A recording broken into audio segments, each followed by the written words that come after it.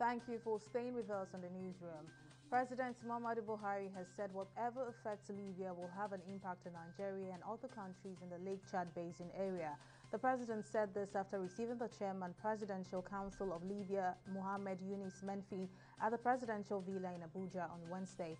He further stressed that the security of Nigeria is the #1 priority to him, saying unless a country or institution is secure, there is no way it can be efficiently managed. While addressing the president, Yunis Menfi said the historical relationship between his country and Nigeria in the areas of oil and agriculture meant one country could not ignore the other.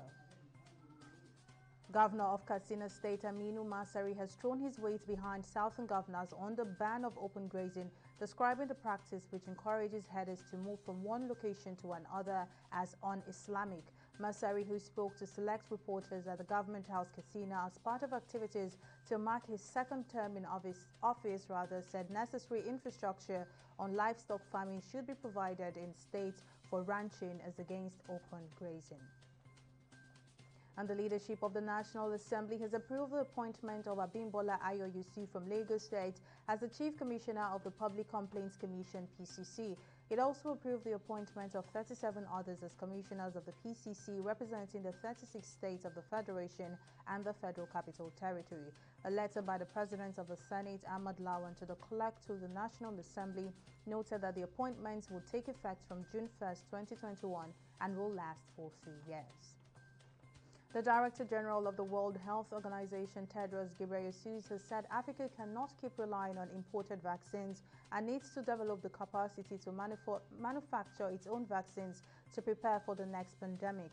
Ghebreyesus urged that Africa should use all options available, starting from voluntary licensing up to IP waiver, to make sure there is enough production of vaccines to increase coverage in all countries. He also called for the cooperation of private and public networks, citing that the World Trade Organization is working with the African Union to establish the African Medicines Agencies, ensuring financial and technical support to establish the agency.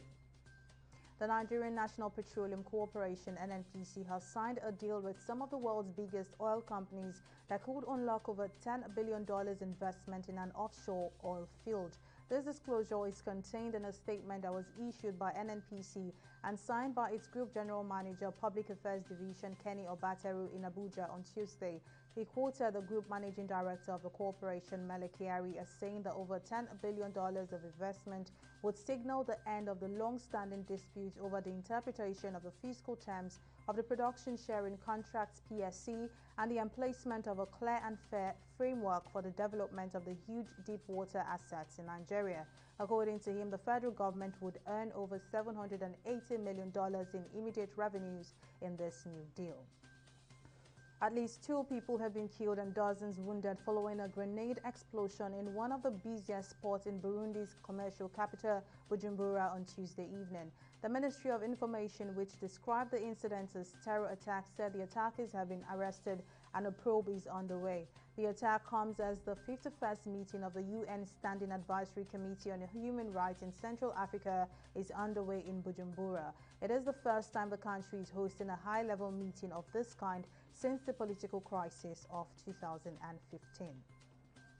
And Antonio Conte's future with Inter Milan is in doubt despite leading the club to the Serie A title for the first time in over a decade. The 51-year-old Italian still has a year left in his contract, but has been at loggerheads with the club's Chinese owner Suning over planned cost-cutting. Inter registered losses of $122 million last season, mainly due to the coronavirus pandemic. The former Chelsea and Juventus boss took over in May 2019 on a 3-year contract worth a reported $14 million a season. And that's all for now on the newsroom. Do join us in the next hour for more updates. Many thanks for watching.